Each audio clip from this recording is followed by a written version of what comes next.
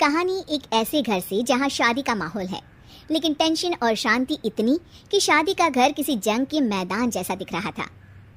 अरे जैसा मर्जी डेकोरेशन कर दो, पैसों की चिंता मत करो। इतना पैसा जब लड़के वालों को दे दिया तो फूल वालों को देने में मुझे क्या दिक्कत है? अरे धीरे बोलो ना, साफ लग रहा है कि फ्रस्ट्रेटेड हो। अरे तुम तो चुप ही रहो। एक बेटी संभाल नहीं पाई।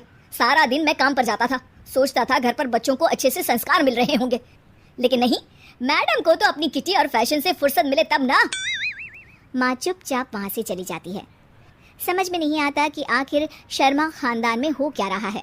कल तक चिड़िया सी फुदकने वाली शीना की शादी यूं अचानक एक मोटे काले लड़के से क्यों हो रही है। शीना कमरे में हाथ में गुड़िया लिए बोलती है, मेरे साथ जो हो रहा है ठीक हो रहा है। तुम तो सब जानती हो, साहिल मेरे लिए भगवान है। अब जब वो ही नहीं मिला तो फिर कोई भी हो, जिंदगी ही तो जीनी है, जी लेंगे। बाहर शीना की बुआ किसी से बात करती है। अरे मोटा नहीं, उसे तो खाते पीते घर का कहते हैं। अब ओबेरॉय का नाम भी किसी को बताने वाली बात है। उनका इकलौता लड़का तो करोड़ों की सामी तो है ही। अरे हमारी शीना बिटिया तो रानी बनेगी, रानी।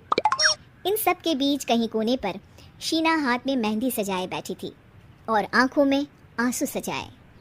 और वो समय भी आ जाता है जब शीना मंडप के नीचे हाथ में वरमाला लिए खड़ी होती है, लेकिन तभी अफरा तफरी मच जाती है। कोई कहता है, अरे लड़के की माँ को हार्ट अटैक आ गया। अरे अच्छी खासी थी, कैसे हो गया? अरे कहते हैं ना, किसी किसी लड़की के पैर अच्छे नहीं होते, हो सकता है कि मनहूस है ये लड़की। शीना पास खड़ी सब सुन रही थी। फिर शीना अपने कमरे में आ जाती है। शादी ये कहकर नहीं होती कि लड़की मनहूस है। अब लगातार शीना के लिए लड़के देखने आते, लेकिन आस पड़ोस या किसी के कहने पर शादी हर बार टूट जाती। लेकिन एक दिन, अंकल, मैं काफ़ी दिनों से आपसे मिलने की कोशिश कर रहा था, लेकिन हिम्मत नहीं हो पा रही थी। अरे बेटा, हिम्मत तो हमारी टूटी पड़ी है। वैसे कौन हो तुम? अब मेरा नाम साहिल है अंकल। मैं शीना से प्यार करता हूँ और उसी से शादी करना चाहता हूँ। अरे अब तो किस जात के हो ये भी मायने नहीं रखता। बेटा, मेरी बेटी मनहूस है। ये सब कहते हैं कि इसीलिए उसकी शादी नहीं हो पा रही। अगर तुम शादी करने को तैयार हो तो ठीक है। शीना की शादी साहिल से हो जाती है। अगले दिन साहिल की माँ का देहांत हो जाता है और एक बार फिर लोग शीना को अपशकुनी कहने लगते हैं। अरे खा गई दीदी को ये। अरे क्या जरूरत थी साहिल किसी मनहूस को घर लाने की? पर बुआ, माँ की तो तबीयत पिछले कई साल से खराब थी। डॉक्टर्स ने जवाब दे दिया था। क्या पता ये भी उनका सौभाग्य हो कि वो बहू का मुंह देख पाई। अरे बहू का मुंह देख पाई, या ये कह लो कि बहू का मुंह देखते ही स्वर्गलोक सिधार गई। खैर, हमें क्या, घर तुम्हारा है, हम तो चले। अब शीना को खुद पर ही शक होने लगता है कि कहीं सच में वो अपशकुनी तो नहीं। साहिल, हम दोनों की शादी नहीं हुई होती तो अच्छा था।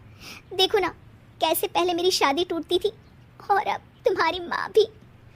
अरे ऐसा कुछ नहीं होता शीना, अपशकुनी वगैरह कुछ नहीं होता। ये सब तो ईश्वर के खेल हैं। वो शादी तुम्हारी इसलिए टूट गई क्योंकि तुमको मेरी पत्नी बनाना था, और माँ का जाना तो तय था। वो काफ़ी बुजुर्ग थी, साथ ही एक ऐसी बीमारी से जूझ रही थी जिसमें डॉक्टर्स भी उन्हें नहीं बचा पाते। शीना साहिल की बात सुनकर तसल्ली कर लेती है और वहाँ से चली जाती है। अगले दिन, शीना, अरे ओ शीना। क्या हुआ? उफ, कहीं फिर मेरी वजह से कोई नुकसान? अरे नहीं नहीं शीना, तुम जानती हो, जिस प्रॉपर्टी के केस को हम बरसों से लड़ रहे थे उस पर फैसला आ गया, वो भी हमारे हक में। अब हम करोड़पति हो गए शीना। शीना शांत रहती है। अरे क्या हुआ? करोड़पति बनकर तुमको खुशी नहीं हुई? शीना की आंखों में पानी आ जाता है। चलिए जी, कुछ तो अच्छा हुआ मेरी जिंदगी में आकर आपके साथ। साहिल शीना को गले लगाकर कहता है, मेरी नई नौकरी भी तुम्हारे ही आने से लगी। ये प्रॉपर्टी का केस जीता, सब कुछ तो तुम्हारे आने के बाद ही हुआ। फिर तुम मनहूस कैसे? ये सुनकर